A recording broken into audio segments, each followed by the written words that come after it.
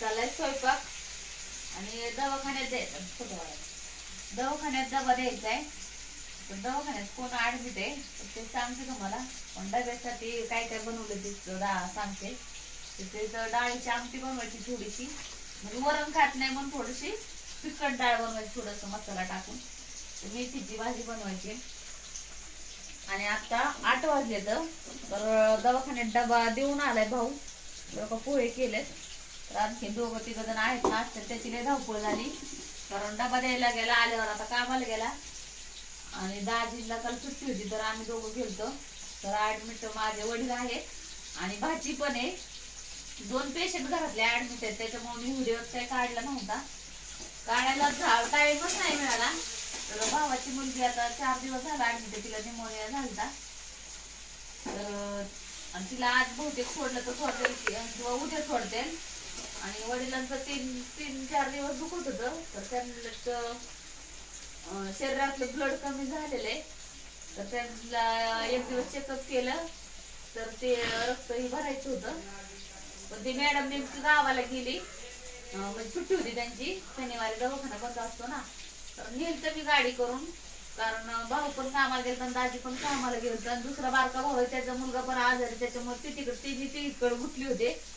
आणि एक भाऊच्या दवाखान्यात, ती एक घरी. तर मग मी आणि भैया आम्ही गाडी करून आमच्या आईला, आई वडील आम्ही गाडी करून गेलो शनिवारी दवाखान्यात. पण मॅडमच नव्हत्या. तर मॅडमला कॉल करून मग नाही का त्यांनी गोळ्या दिल्या. म्हणजे मी उद्या येणार आहे, उद्या तुम्ही घेऊन या. तर तिथं ट्रीटमेंट हे असते ना, तिथलं म्हणजे डॉक्टर चांगले आहेत आम्हाला, म्हणजे त्यांच्यावरच विश्वास आहे. म्हणजे आम्ही तिथंच ऍडमिट असतो. तर लहान पोरांचं पण आहे तिथं आणि असं जनरल पण आहे नाही का, सगळ्यांसाठी कुठल्या पण ह्याच्यावर. तर तिथं जातो. तर मग काल रविवार होता. काल मग दाजी मी घेऊन गेलो. काल दाजींना सुट्टी होती. मग काल पण गाडी भावाने तिकडून पाठवून दिली, बारक्या भावानी. मग आई वडिलांना पुढे पाठवलं. त्यांना म्हणलं तुम्ही तोपर्यंत चेकअप करा. मग दाजी मी गेले पाठीमागून. तोपर्यंत सलाईन लावली ती वडिलांना आमच्या. कारण त्यांना अशक्तपणाही भरपूर आलता. त्यांना रक्त 5 पॉइंट का काही सांगितलं होतं. तर लय कमी झालं रक्त. तर त्याच्यामुळे तोंडावर सूज हे झाली ना सगळी. तर मग मी आणि दाजी गेल्यानंतर मॅडमनी सांगितलं ब्लड घेऊन या म्हणून. मग आम्ही गेलो ब्लड बँकेत.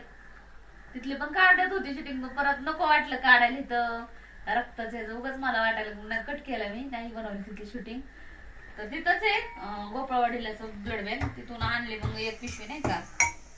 ते म्हणजे 3 भरावं लागतील. तर मग आज पण असं हे झाले. आता दाजी गेलं कामाला तर सुट्ट्या भेटतच नाहीत. आता सीझन चालू आहे ना कारखान्याचं. तर सुट्ट्या मिळतच नाहीत. लयच अर्जंट असेल तरच मिळतात नाही का. होत ऍडजस्ट, त्याच्यामुळे नाही सुट्ट्या घेतात. आणि भावाला पण नाही मिळत. तर तो पण आता डबा देऊन आला, नाश्त्याला पोहे देऊन आला. त्यांनी पण आता रात्री पण डबा दिला. दवाखान्यात काही एवढं खाऊ वाटत नाही. तर आता रात्री पण डबा दिलेला का भरपूर शिल्लक आणले का भाकरी तसेच आहेत. परत दूध दिलं. आमच्या वडिलांना दूध भात दिलं. कारण तिखट हे नाही त्यांना द्यायला सांगितलं जास्त. रक्त कमी असल्यामुळे पालेभाज्या जास्त देते. तर आता भाजी बनवायची मेथीची. आणि कमी तिखट मग फक्त 2च मिरच्या टाकले त्याच्यात. आणि कारण भावाची मुलगी पण आता ती लहान आहे, त्याच्यामुळे तिला पण नाही तिखट. आणि वरण करायचं तर वरण आमचं वडील खात नाही, त्यांना वरण भात नाही आवडत. मग आता थोडीशी मला मसाला टाकून थोडीशी आमटी बनव नाही का. म्हणजे डाळ घातली शिजायला. आता मला पण जायचं दवाखान्यात. आता बारक्या भावाला म्हणलं तू ये, कारण रक्त गेल्यावर तिथं आणायला कुणीच नाही. आता वहिनी पण नाही, वहिनीला नाही एकटीला जायला यायचं. आईला आमच्या आईला तर काही जागचा हालचाच येणार नाही तिथनं, तिला नाही एवढं सुधरत. आता मला आणि भावाला जावं लागेल, कारण मोठा भाऊ आणि दाजी गेले कामाला. भैयाला घेऊन गेले पण भैयाचे प्रॅक्टिकल आहे, त्याच्यामुळे त्याला पण नाही नेता यायचं. तर आता चालले माझं आवरायचं स्वयंपाकी. व्हिडिओ बनवायचं म्हणते पण परत मला असं नको वाटतं बनवायला. त्याच्यामुळं कारण दवाखान्यात पण वाटायचं बनवावं, पण दवाखान्यातला नाही मला बनवू वाटत नाही का. आणि तिथं गेल्यामुळे रक्ताचं उगाच वाटायला लागलं. कट केला तिथला व्हिडिओ मी.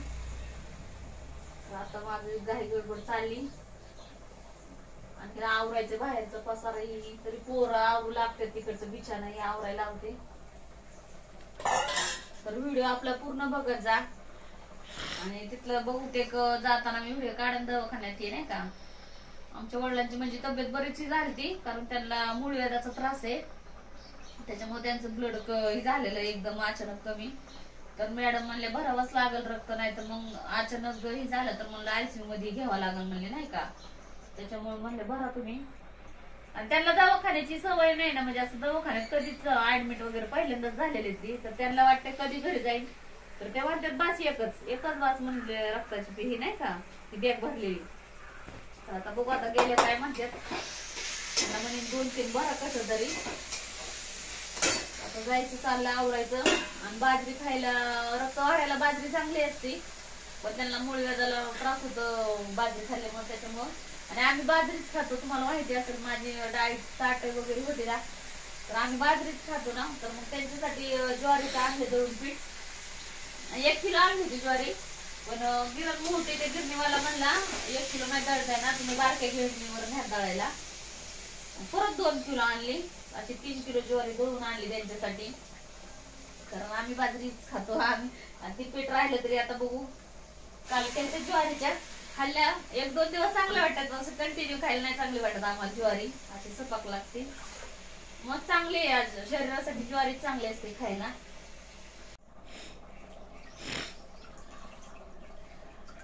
चला आवरून घेते आता पटपट, तर आता 8:30 वाजता आले. तर भावाला म्हणलं, त्याच्या माग तर किती बारक्या भावाचे दुकान आहे, किराणा दुकान आहे, तर ते बघायचं. घरी पोरग 2 म्हणजे 1 मुलगा मुलगी त्याला, तर त्या लहान बारक्या पोराचं बी दुखत होतं, तर ते झालं घरीच व्यवस्थित.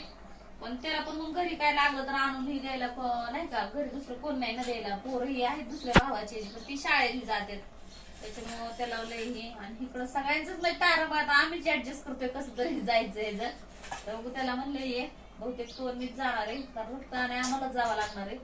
तिथल्या तिथं सोऱ्यांच्या बाटल्या ही मेडिकली मग वहिनी आणू शकतात जाऊन, पण बाहेर जायचं म्हणलं त्यांना नाही जमणार, त्याच्यामुळे आम्हाला जावं लागेल. तर तिथला व्हिडिओ दुसरा बनवते. आता हा व्हिडिओ एवढाच टाकते.